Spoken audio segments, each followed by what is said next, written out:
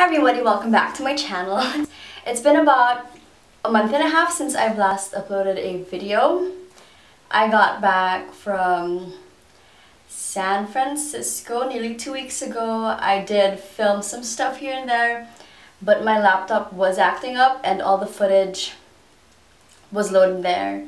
So I definitely need to have it backed up and reformatted in order to be able to access the footage. I'm going to be showing you guys the things I've been loving throughout the month of October. I can't believe the year is almost over and I'm gonna be 25 soon.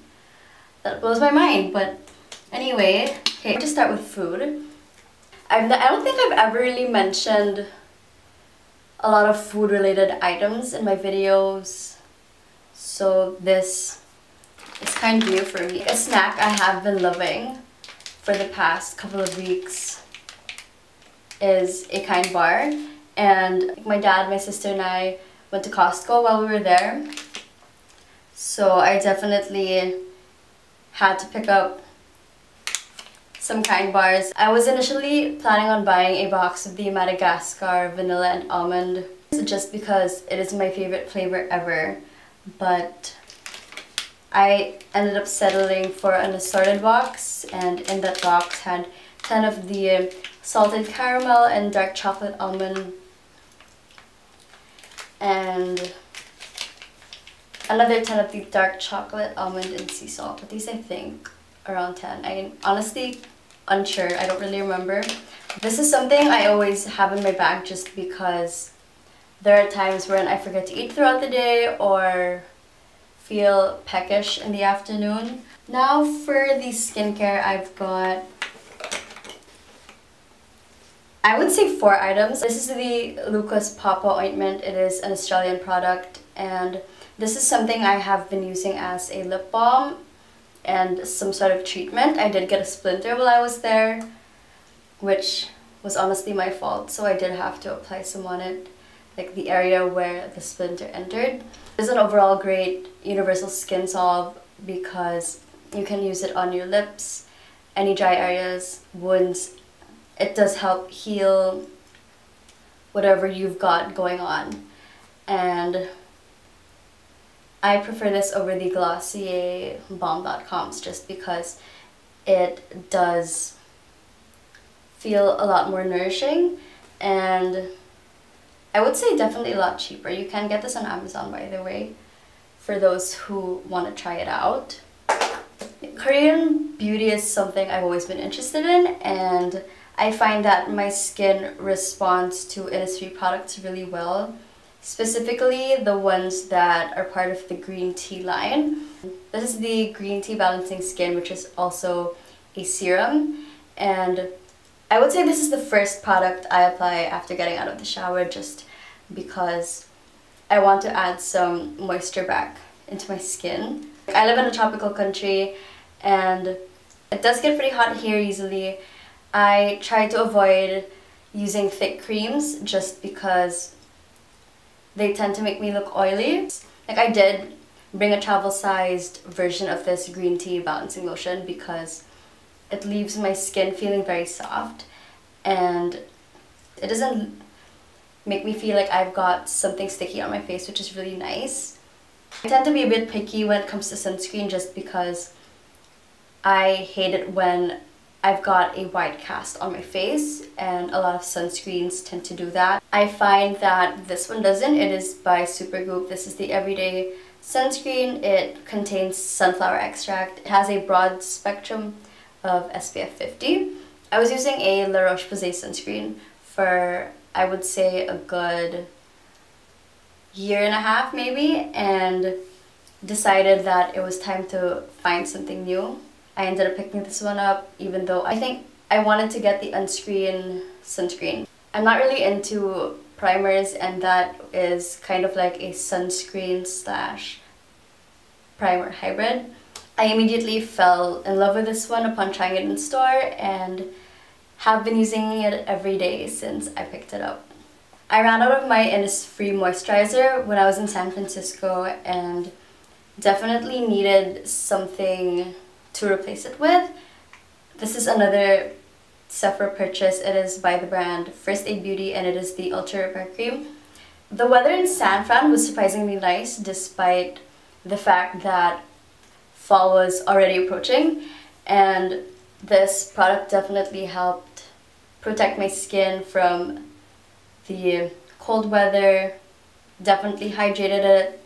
And what I love about this product is that it does soak into the skin really nicely even though it is a cream. So as you can see, that soaked in really fast. I'm not really fond of the smell, but it hasn't broken me out, and I guess for the price point, it is pretty good. In terms of makeup, the first product I will be showing you guys is a brow gel. This is by Milk Makeup. It is a Kush Clear Brow Gel in the shade Hydro. I really like this because first and foremost, it is cruelty-free and vegan. Beeswax is an ingredient that is found in a lot of brow gels, and CBD oil is something that Milk Makeup used to bind this particular product. I don't really fill in my brows, and the thing I love most about this is that it grooms them into place without adding a color, obviously, because it's clear. You can also use this in tandem with a brow pencil, some sort of brow gel or pomade. It's totally up to you, and everyone's brows are different. We all have our personal preferences, and I don't really wear makeup that often, but I mean, this is something I do reach out for if I do, just because it doesn't really do anything aside from groom my brows into place. For lips, I've got 3 products to show you. I've got 2 of the Sunnies Face Lip Dips, which is a hybrid between a lip balm and a liquid lipstick. I prefer these over the fluff mats because they aren't drying, and I find that the lip dips definitely nourish my lips a lot better than most liquid lipsticks do, again because it is a balm slash liquid lipstick hybrid. I opted to get these 2 out of the 9, I think they're 9, just because I find that having too many lipsticks is completely unnecessary. This one is in the shade So Good. I'm gonna be swatching it so you guys know what it looks like. It's a really pretty red. This one is called Terracotta. It is a ginger nude, and I tend to go for this if I want my look to lean on the more 90s side of things, which I think doesn't really make sense, but if you know what 90s makeup looks like, then you would know. Like Milk Makeup products, these are also vegan and cruelty-free. The last makeup product I will be showing you guys is one that I have been eyeing for absolute ages and decided to pick up while I was in San Fran. This is the Fenty Beauty Gloss Bomb in the shade Fenty Glow.